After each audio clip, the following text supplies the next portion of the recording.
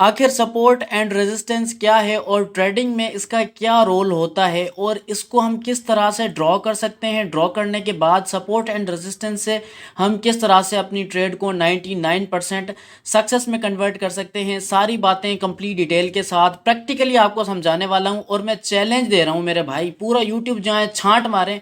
अगर किसी यूट्यूबर ने आपको सपोर्ट एंड रेजिस्टेंस मोबाइल पे ड्रॉ करना सिखाई हो ना, तो सर रिटर्न आना और जो है ना मेरे चैनल को अनसब्सक्राइब कर देना। इतनी बड़ी मैं बात आपको कहने वाला हूँ, क्योंकि मोबाइल में सपोर्ट एंड रेजिस्टेंस ड्रॉ करना किसी आम बंदे के बस की बात है ही नहीं। ये भी मैं दावा कर रहा हूँ कि यार कोई हल्का ट्रेडर होगा ना, वो मोबाइल में सपोर्ट एंड रेजिस्टेंस को ड्रॉ कर ही नहीं पाएगा, उसको समझ में ही नहीं आएंगी चीजें। लेकिन इंशाल्लाह आज की वीडियो में मैं आपको लाइव सपोर्ट एंड रेजिस्टेंस के जो की लेवल्स हैं उनको फाइंड करके एक best support and resistance create करके दिखाऊंगा और आप अपनी आंखों से देखेंगे मेरे भाई। अच्छा, उससे पहले मैं आपको बताना चाहता हूं कि सपोर्ट एंड रेजिस्टेंस क्या होता है। सबसे पहले आपने फोकस करना है वर्ड सपोर्ट पे।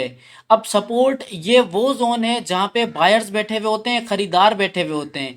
इस जोन पे जैसे ही प्राइस टच करती है तो बायर्स खरीदना शुरू कर देते हैं। सपोर्ट है वो बायर्स का जोन है और जो रेजिस्टेंस है वो सेलर्स का जोन है, यानी बेचने वालों का। अब आपने ये बात माइंड में रखनी है कि जब आप सपोर्ट सुने तो आपके माइंड में हमेशा आना चाहिए बायर्स, और जैसे ही आप रेजिस्टेंस का सुने तो आपके माइंड में आना चाहिए सेलर्स, क्योंकि रेजिस्टेंस पे सेलर बैठे हुए हैं और सपोर्ट में मेरे भाई बायर्स बैठे हुए हैं। अब मैं आपको सादा से अल्फाज में अगर समझाऊं, अगर गोल्ड की प्राइस 1.5 लाख रुपए चल रही है और अचानक आपको पता लगे कि यार गोल्ड की प्राइस 1 लाख रुपए आ चुकी है या फिर 80,000 तक आ चुकी है, अब आप लोग क्या करेंगे, उसे बाय करेंगे। आप भी बाय करेंगे, इवन मैं भी बाय करूंगा अगर मैं गोल्ड लवर हूं तो, ठीक है ना। अगर मैं नहीं हूं तो फिर तो खैर मैं बाय नहीं करने वाला, लेकिन जो लवर्स हैं मैं उनकी बात कर रहा हूं, क्योंकि ट्रेडर्स भी जो है ना वो लवर ही होते हैं ट्रेडिंग के। अब क्या करूंगा मेरे भाई, मुझे पता है कि यार गोल्ड की प्राइस डाउन आ चुकी है, अब मैं बाय करूंगा। मेरे साथ बहुत सारे बंदे बाय करेंगे। अब जैसे ही बाय करेंगे प्राइस फिर ज्यादा अप जाएगी। अब जाते जाते जाते अब मुझे लगता है कि यार मुझे 80,000 रुपए का फायदा हो चुका है, प्राइस फिर से 1,60,000 या 1,80,000 को पहुंच गई है। अब क्या करूंगा, मैं सेल करूंगा। सिर्फ मैं नहीं करूंगा, ये मेरा साइकोलॉजिकल सिस्टम नहीं है। मेरे साथ जितने भी लोगों ने बाय किया है ना, उनके माइंड में भी यही बात होगी कि यार इतना प्रॉफिट हो चुका, अब इसे सेल करते हैं। जैसे ही सेल करेंगे प्राइस फिर से डाउन हो जाएगी। तो ये जो सपोर्ट एंड रेजिस्टेंस के बीच में जो स्विंग्स बनते हैं ना, ये बायर्स और सेलर्स की साइकोलॉजी के हिसाब से वर्क करते हैं। अब सारी चीजें मैं आपको डिटेल के साथ समझाऊंगा, लेकिन मैंने सोचा पहले मैं आपको थ्योरी समझा दूं। अच्छा, थ्योरी आपको समझ में आ गई होगी कि मेरे भाई जो सपोर्ट का जोन है वो बायर्स का जोन है और जो रेजिस्टेंस का जोन है वो सेलर्स का जोन है। लेकिन यहाँ पे एक बंदा दोनों काम करता है। अब फॉर सपोज मैं बायर हूँ तो मैं क्या करूंगा, सपोर्ट पे बाय कर लूंगा, रेजिस्टेंस पे उसे सेल कर दूंगा। फिर वो जैसे ही सपोर्ट पे आएगा मैं फिर बाय करूंगा, रेजिस्टेंस पे आएगा मैं फिर सेल कर दूंगा। यहाँ पे एक बंदा दो काम भी कर सकता है, बायर भी बन सकता है, वो चाहे तो सेलर भी बन सकता है, दोनों काम कर सकता है अगर उसको सपोर्ट एंड रेजिस्टेंस अच्छे से ड्रॉ करना आता है, अच्छे से उसको की लेवल्स फाइंड करना आते हैं तो। अच्छा चले, अब थ्योरी तो हो गई। अब मैं आपको प्रैक्टिकल सिखाने वाला हूँ कि सपोर्ट एंड रेजिस्टेंस को हमने मोबाइल पे किस तरह से ड्रॉ करना है। सबसे बड़ी बात यही है ना कि यार हम जो है वो हमें आता नहीं है कि किस तरह से हमने की लेवल्स फाइंड करने हैं, किस तरह से हमने ट्रेंड को आइडेंटिफाई करना है और फिर हमने जो है वो सपोर्ट एंड रेजिस्टेंस को ड्रॉ करना है। अब मेरे भाई मैं आपको प्रैक्टिकल सिखाने वाला हूँ, वीडियो को गौर से देखना है, मिस बिल्कुल भी नहीं करना, प्रैक्टिकल सिखाने वाला हूँ। अब आप देखें पूरा ग्राफ जो है वो मैंने यहाँ पे क्लीन कर दिया है। यहाँ पे कोई ड्राइंग नहीं है, यहाँ पे कोई जो है वो मार्कर्स नहीं है, कुछ भी नहीं है। अब मैं आपको लाइव सिखाने वाला हूँ। अच्छा, अब यहाँ पे बहुत सारे लोगों का सवाल होगा कि यार किस टाइम फ्रेम पे सपोर्ट एंड रेजिस्टेंस को ड्रा करें। तो मेरे भाई सपोर्ट एंड रेजिस्टेंस को ड्रा करने के लिए कोई टाइम फ्रेम नहीं होता, लेकिन मैं आपको अपने पर्सनल एक्सपीरियंस से बता रहा हूँ। फॉर सपोज अगर आप 1 घंटे की ट्रेड लेना चाहते हैं तो फिर आपने 1 घंटे के टाइम फ्रेम पे सपोर्ट एंड रेजिस्टेंस को ड्रॉ करना है। अगर आप 1 दिन की ट्रेड लेना चाहते हैं तो फिर मेरे भाई आपने 1 दिन के टाइम फ्रेम पे जाके सपोर्ट एंड रेजिस्टेंस को ड्रॉ करना है। तो जिस टाइम फ्रेम पे आप ट्रेड करना चाहते हैं, आप चाहते हैं 1 घंटे में प्रॉफिट हो, तो फिर मेरे भाई आपने 1 घंटे के टाइम फ्रेम को यूज करते हुए सपोर्ट एंड रेजिस्टेंस को ड्रॉ करना है। लेकिन अब किस तरह से करना है वो मैं आपको सिखाने वाला हूँ। अच्छा, एक बात अब आपने माइंड में रखनी है कि मेरे भाई सपोर्ट एंड रेजिस्टेंस को ड्रॉ करने से पहले सबसे पहली बात आपने अपने माइंड में रखनी है, आपने ट्रेंड चेक करना है। अगर ट्रेंड अपवर्ड की तरफ है, तो फिर हमारा फोकस सिर्फ और सिर्फ किस पे होगा, सपोर्ट पे होगा। ठीक है मेरे भाई। अगर डाउन ट्रेंड है, हमारा फोकस रेजिस्टेंस पे होगा। सबसे पहले आपने ट्रेंड को आइडेंटिफाई करना है। यहाँ पे अब आप ट्रेंड देखें, यहाँ पे जो मैटिक टू यूएसडीटी का ट्रेंड है वो अपवर्ड की तरफ है। ठीक है, अब आपने माइंड में रखना है पॉइंट नंबर 1, आपने ट्रेंड को आइडेंटिफाई करना है। ट्रेंड देखना है कि मेरे भाई नीचे की तरफ है, ऊपर की तरफ है, बहुत आसान सा काम है। उसके बाद स्टेप नंबर 2, एक आपने मार्कर यूज करना है, इसका नाम है हाईलाइटर। ये आपको ट्रेडिंग व्यू भी मिल जाएगा, और फिर अगर आप इसके अलावा बाइनेंस में ट्रेडिंग व्यू को ओपन करते हैं, वहां पर भी आपको ये हाईलाइटर मिल जाएगा। अब आपने उन की लेवल्स को हाईलाइट करना है जहां पे आपको लगता है कि मार्केट को मल्टीपल टाइम्स रिजेक्शन हुई है। तो सबसे पहले आपने वो की लेवल्स फाइंड करने हैं। फाइंड करने के बाद आपने हाईलाइटर से ना वहां पे डॉट का निशान लगा देना है, ताकि आपको रिमाइंड रहे ये वो की लेवल्स हैं जहां पे मार्केट अप गई है, अप जाने के बाद फिर डाउन गई है, डाउन जाने के बाद फिर अप गई है। यहाँ पे हमें पता लगता है कि यार बायर्स बैठे हुए हैं और यहाँ पे सेलर्स बैठे हुए हैं। अब हमें ये बात पता लग जाएगी तो हमारे लिए आसानी होगी कि हम सपोर्ट एंड रेजिस्टेंस को इजीली ड्रॉ कर सकते हैं। पॉइंट नंबर 1 था मेरे भाई मार्केट के ट्रेंड को आइडेंटिफाई करना। पॉइंट नंबर 2 था कि आपने ना की लेवल्स को फाइंड करना है। फाइंड करने के बाद आपने उन लेवल्स को मार्कअप कर देना है, ताकि आपको याद रहे कि ये वो पॉइंट्स हैं जहां पे मार्केट को मल्टीपल टाइम्स रिजेक्शन हुई है। अच्छा, यहां तक बात समझ में आ गई। अब आपने क्या करना है, स्टेप नंबर 3 आपने देखना है कि मार्केट ने यहाँ पे कितने स्विंग्स प्रोड्यूस किए हैं। अब आपने क्या करना है, उन स्विंग्स को एनालाइज करना है कि कितनी बार मार्केट हाई गई है, कितनी बार लो गई है। आपने उन स्विंग्स को आइडेंटिफाई करना है यहाँ पे एक लाइन यूज करके। अब आप देखें, मैंने यहाँ पे एक लाइन ड्रॉ की है। पहले क्या हुआ, मार्केट गई अप, ओके हो गया। अच्छा, अब अप जाने के बाद मैं एक यहाँ पे ट्रेंड लाइन यूज करूंगा और फिर यहाँ पे ड्रॉ करूंगा। अप जाने के बाद अब क्या हुआ, मार्केट आ गई नीचे। ठीक है मेरे भाई, नीचे आने के बाद अब देखिए मैं फिर से यहाँ पे एक ट्रेंड लाइन यूज करूंगा। ट्रेंड लाइन यूज करने के बाद अब आपको दिखाता हूँ, नीचे जाने के बाद मार्केट फिर से कहाँ गई, ऊपर चली गई मेरे भाई। क्योंकि नीचे बायर बैठे हुए थे, बायर फिर से उन्होंने खरीद करके मार्केट को ऊपर कर दिया। ऊपर कर दिया, फिर क्या हुआ, वहां पे सेलर्स एक्टिवेट हुए।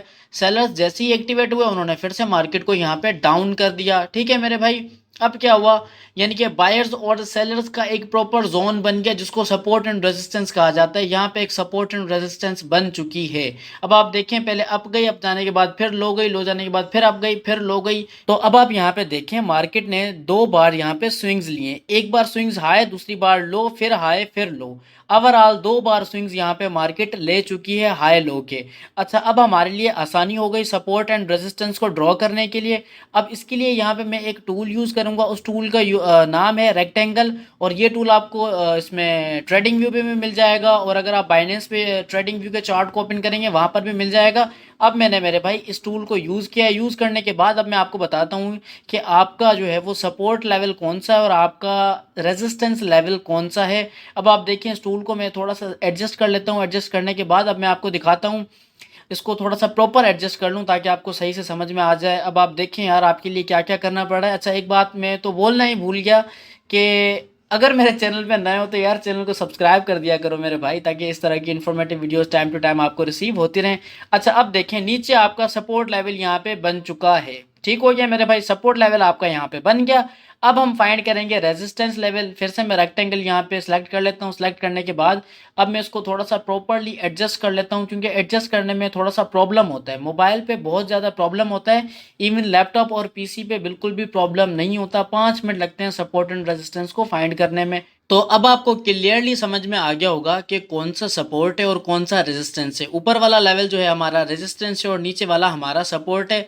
समटाइम्स क्या होता है, हमारी रेजिस्टेंस सपोर्ट का काम कर रही होती है और सपोर्ट रेजिस्टेंस का काम कर रही होती है। वो फिर एक स्विंग ट्रेडिंग में होती है। नेक्स्ट वीडियो में वो भी मैं आपको बताने वाला हूँ। लेकिन support and resistance I hope कि आपको यहाँ तक समझ में आ गई होगी। लेकिन अब आप में से कुछ लोग कहेंगे कि यहाँ तो सपोर्ट एंड रेजिस्टेंस को ड्रॉ करना बहुत ईजी था।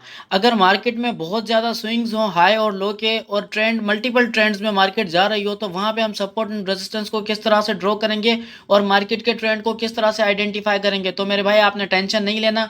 मैं थोड़ा सा पीछे चला जाता हूँ, मैटिक टू यूएसडीटी के ग्राफ में पीछे जाने के बाद मैं आपको दिखाता हूँ जहाँ पे हार्ड पैटर्न यानी कि टफ पैटर्न हो, वहाँ पे मैं आपको सपोर्ट एंड रेजिस्टेंस को ड्रॉ करना सिखाऊंगा और ट्रेंड्स भी आइडेंटिफाई करना सिखाऊंगा। सो आई थिंक कि ये जो ग्राफ का पार्ट है ये दिखने में थोड़ा सा डिफिकल्ट है, थोड़ा सा, इतना ज़्यादा नहीं है, क्योंकि इस पार्ट में हमें दो ट्रेंड नज़र आ रहे हैं, पहले अप ट्रेंड के बाद यहाँ पे डाउन ट्रेंड, और इसके अलावा ब्रेकआउट भी है यहाँ पे।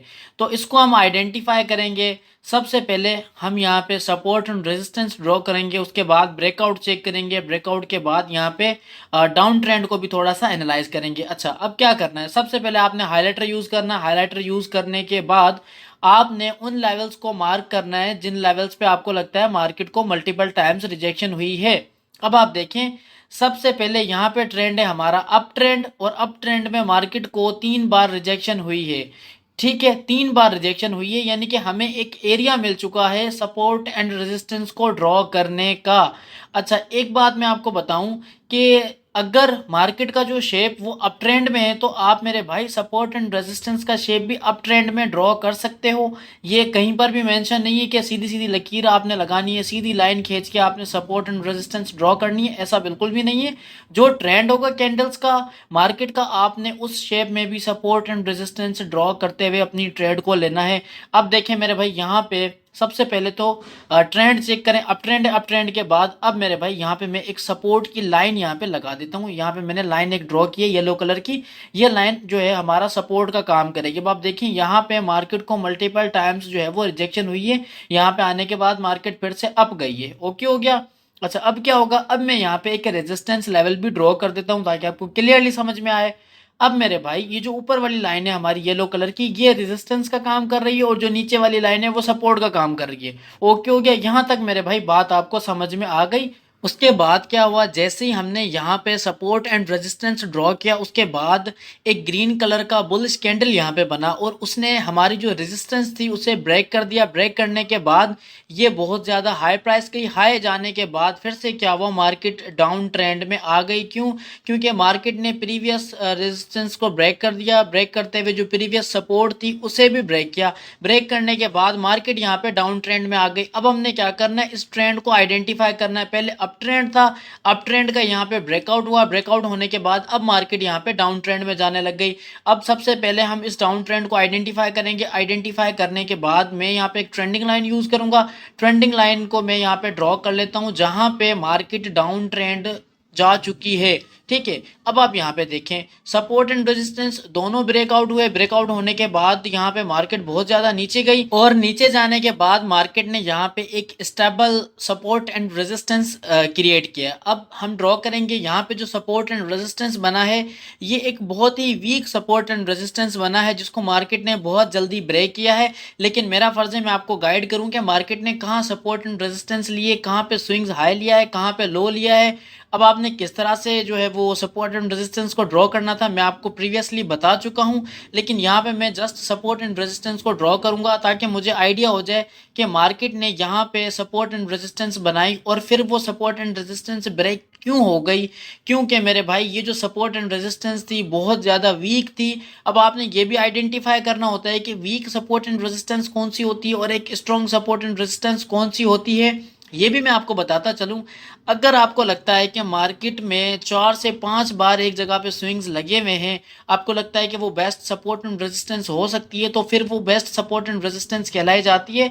अदरवाइज अगर आपको लगता है कि यार 1-2 स्विंग्स लगे हुए हैं मार्केट में, फिर वहां पे आपने सपोर्ट एंड रेजिस्टेंस को ड्रॉ करना है, तो वो एक weak support and resistance consider की जाएगी। अब देखें मेरे भाई, यहाँ पे सपोर्ट और रेजिस्टेंस आपकी क्रिएट हो चुकी है। यहाँ पे सिर्फ कुछ अर्से के लिए सपोर्ट एंड रेजिस्टेंस पे वर्क चल रहा था, उसके बाद यहाँ पे ब्रेकआउट हुआ, और जैसे ही ब्रेकआउट हुआ, ब्रेकआउट होने के बाद अब आप खुद देखें प्राइस कितनी ज्यादा हाई गई है। क्योंकि ब्रेकआउट के बाद सिर्फ 2 सिनेरियोज ही हमारे पास हो सकते हैं, या तो प्राइस हाई जाएगी या फिर प्राइस लो जाएगी। अगर रेजिस्टेंस का ब्रेकआउट होगा तो प्राइस हाई जाएगी, और अगर सपोर्ट का ब्रेकआउट होगा तो प्राइस लो जाएगी। ये भी आपने अपने माइंड में रखना है। ओवरऑल मैं आपको फिर से रिमाइंड करवा दूं कि आपने सपोर्ट एंड रेजिस्टेंस को ड्रॉ करने के लिए कुछ मेन पॉइंट्स का ख्याल रखना है। नंबर 1 तो आपने की लेवल्स को फाइंड करना है जहां पे मार्केट को मल्टीपल टाइम्स रिजेक्शन हुई है, वहां पे आपने हाइलाइटर या फिर मार्कर यूज करके मार्क्स कर देना है।